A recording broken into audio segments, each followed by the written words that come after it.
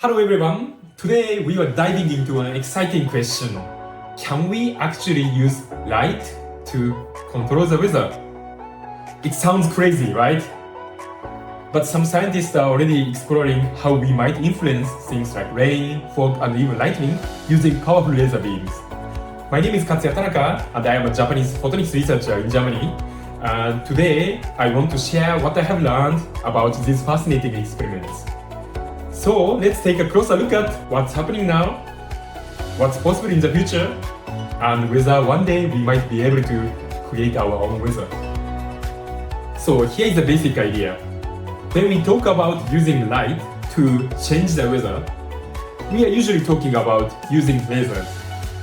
A laser is just a super focused beam of light that can be so powerful that it can actually change the air around it.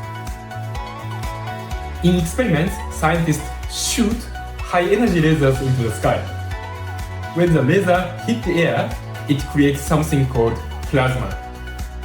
Think of plasma as a tiny spark, like what you see when you touch a metal doorknob and get a small shock.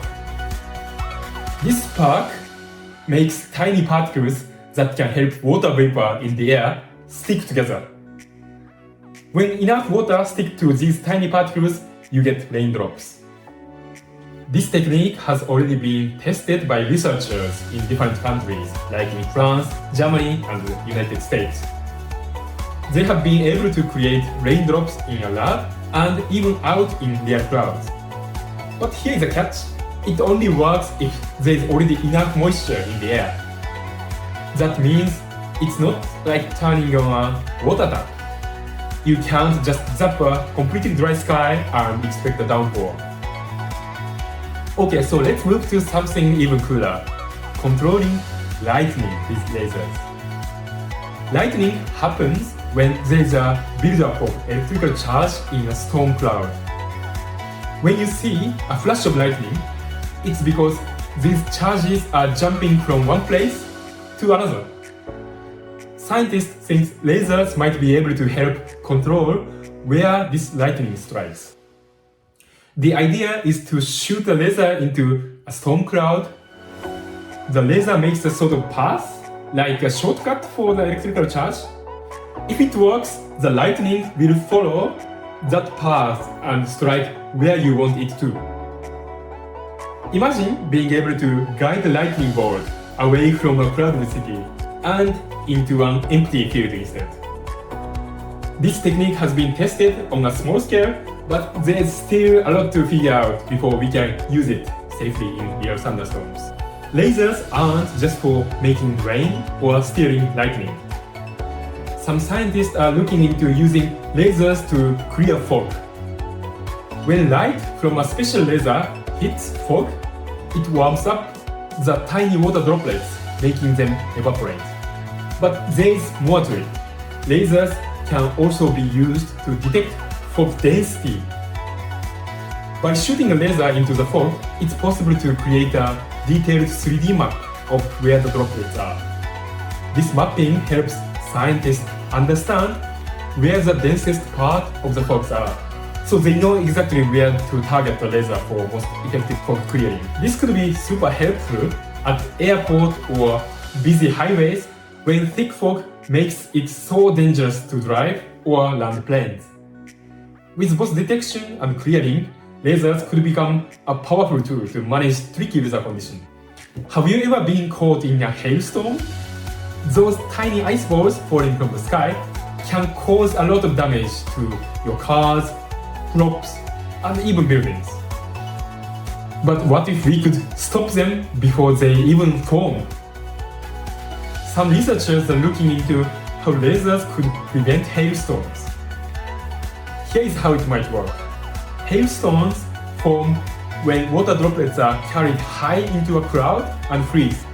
By using a powerful laser, scientists might be able to release heat into the cloud at just the right spot to prevent the ice from getting big enough to turn into hail. Imagine using a laser to melt the hailstones while they are still tiny, turning a dangerous hailstorm into harmless rain. Another cool idea is using lasers to create a kind of artificial sunshine during long periods of darkness or gloomy weather. Imagine using a special light beam to brighten up a city square during the winter when the sun barely comes out. This wouldn't just make people feel better, it could actually help with things like seasonal affective disorder, a type of depression caused by low light levels. Scientists are experimenting with different light wavelengths that could boost mood and energy levels, making it feel like a sunny day even when it's a gray and cloudy outside. Now let's talk about the future. Even though we are still far from having total control over the weather, these laser experiments are just the beginning. Scientists are trying to make these techniques work over large areas. Imagine using a laser to make it rain over a farm suffering from drought or clearing fog at the busy airport on demand. But there are some big questions to answer before we can really use lasers to change the weather. For example, what if messing with the weather in one place accidentally causes problems somewhere else? Imagine making it rain here, but it leads to a drought somewhere else. That's why researchers are being super careful and doing lots of small experiments before going bigger. So can we control the weather? Well, not yet. But these experiments show that it might be possible to nudge the weather a bit. Maybe make it rain a little bit more, or control where lightning strikes. It's not like turning the sky into a remote control. But who knows? In the future, with more research, lasers could become a tool to help us deal with weather problems, like droughts, dangerous storms, or thick fog. For now, it's more about understanding how light interacts with the weather than actually controlling it.